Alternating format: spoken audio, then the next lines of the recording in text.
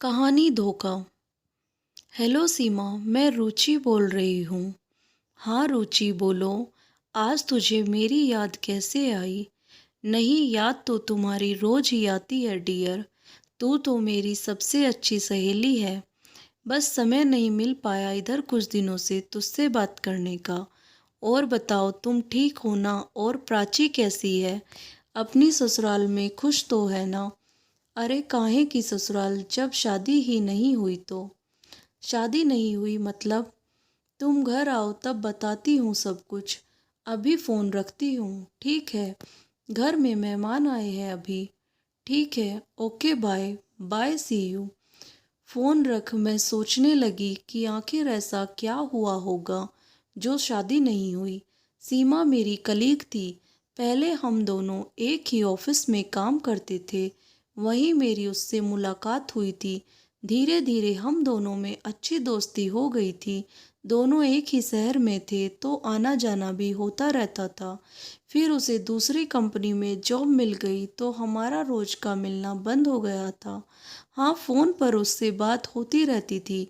कभी कभार आना जाना भी होता रहता था। अभी 10 दिन पहले ही तो वो मेरे घर आई थी अपनी बेटी की शादी का कार्ड देने। बता रही थी कि अगले हफ्ते शादी है। कितनी खुश थी कि उसकी बेटी की शादी इतने अच्छे घर में हो रही है। लड़का बेंगलोर में मल्टीनेशनल कंपनी में जॉब करता है। लाखों में सैलरी है, अपना फ्लैट, गाड़ी, सब कुछ है। मेरी बेटी खूब खुश रहेगी वहाँ।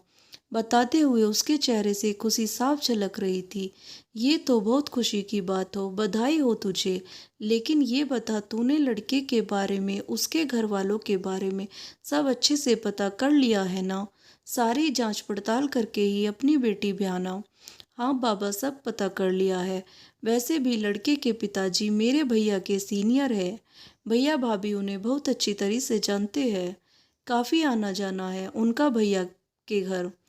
भैया ने ही ये रिश्ता कराया है, सब उनका जाना समझा है। लड़के को तो भैया बचपन से जानते हैं। अच्छा, तुम आना जरूर। अब मैं चलती हूँ। हाँ हाँ, मैं जरूर आऊँगी, कहकर मैंने उसे विदा किया। पर शादी के 2 दिन पहले मेरे ससुर जी की तबीयत अचानक से खराब हो गई थी। उन्हें एडमिट करना पड़ा। तो इसलिए शादी वाले दिन मैं शाम में ही उसके घर गई थी और शगुन और आशीर्वाद देकर जल्दी ही लौट आई थी, क्योंकि मैं पूरी शादी तक रुक नहीं पाई थी। इसलिए मुझे पता ही नहीं था कि आखिर क्या बात हुई जो शादी नहीं हुई। इसकी वजह जानने की उत्सुकता बढ़ती जा रही थी। अतः दूसरे दिन रविवार को ही मैं उसके घर पहुंच गई थी। उसके घर पहुंचकर देखा, सारा शादी का सामान फैला हुआ था। बहुत खामोशी थी, जैसे कि बेटी की विदाई हुई हो। मुझे देख सीमा लिपट कर रोने लगी तो मुझे भी रुलाई आ गई। मैंने उसे सांस बंधाते हुए इशारों में पूछा कि आखिर क्या हुआ। आओ कमरे में चलकर बात करते हैं, उसने कहा। कमरे में पहुंचते ही सीमा बोली, जानती है रुचि, तू सही कह रही थी कि मुझे अच्छी तरह जांच पड़ताल करके ही शादी तय करनी चाहिए थी। पर तुमने तो बताया था कि तुम्हारे भैया का जाना समझा परिवार है। फिर क्या हुआ? ये रिश्ता तो तुम्हारे भाई ने कराया था। हाँ, भाई ने ही तो हमें धोखे में रखा। लड़का ड्रग एडिक्ट है।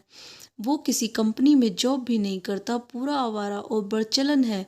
एक बार जेल भी जा चुका है डकैती डालने के केस में। फ्लैट, गाड़ी की बात सब झूठ थी। वो तो भला हो मेरे देवर और उनके मित्र का। जब उन्होंने लड़के को देखा द्वारचार पर तो मुझे और मेरे पति को अकेले में ले जाकर उसके बारे में बताया। उनके मित्र पुलिस में हैं, वो भी शादी में आए थे। उन्होंने ही देवर को बताया था उसके बारे में। पहले तो मैंने उनकी बात ही नहीं मानी, उल्टा उन पर ही आरोप लगाने लगी कि वह चाहते ही नहीं कि मेरी बेटी की शादी इतने अच्छे घर में हो। इसलिए मैंने उन लोगों को शादी तय होने तक कुछ न बताया था। तब उनके मित्र ने हमें सारी सच्चाई बताई। मुझे तो अपने कानों पर विश्वास ही न हुआ कि मेरा भाई ऐसा कर सकता है। क्या उनको ये सब बातें नहीं पता थी? मैंने भैया से पूछा कि क्या देवर जी सही कह रहे हैं? तो कहने लगे कि ये सब तो इस उम्र में लड़के करते ही है, शादी के बाद सब ठीक हो जाते हैं। और फ्लैट, गाड़ी का क्या है, वो तो जब चाहे खरीद सकते हैं। तब हम लोगों ने उसी वक्त शादी न करने का फैसला किया, पर लड़के के परिवार वालों ने काफ़ी हंगामा किया था। फिर मेरे देवर और उनके मित्र ने मामला शांत कराया और बारात वापस ले जाने को कहा। खैर, बात बिगड़ ना जाए इस डर से वे बारात वापस ले गए। पर तेरे भाई ने सब कुछ जानते हुए भी ऐसा क्यों किया? मैंने पूछा। प्रमोशन के लिए। उनका प्रमोशन उसी सीनियर के हाथ में था और उनके बेटे के लक्षण के चलते कोई अपनी बेटी देने को तैयार न था। इसलिए मेरे भाई ने मुझे धोखे में रखा। ये रिश्ता तय कराया था कि अगर उनके आवारा बेटे की शादी मेरी बेटी से हो जाएगी तो उनका प्रमोशन तो उनको करना ही होगा। अगर उस समय मेरे देवर ने सच्चाई न बताई होती तो शादी के समय हुआ बवाल ना सुलझाते तो क्या होता? आज उनकी वजह से मेरी बेटी की जिंदगी बर्बाद होने से बच गई। उसकी बातें सुनकर मैं सोच रही थी, क्या सगा भाई ऐसा भी कर सकता है? इतना बड़ा धोखा, वो भी अपनी बहन के साथ, कि उसकी बेटी की जिंदगी ही बर्बाद हो जाए।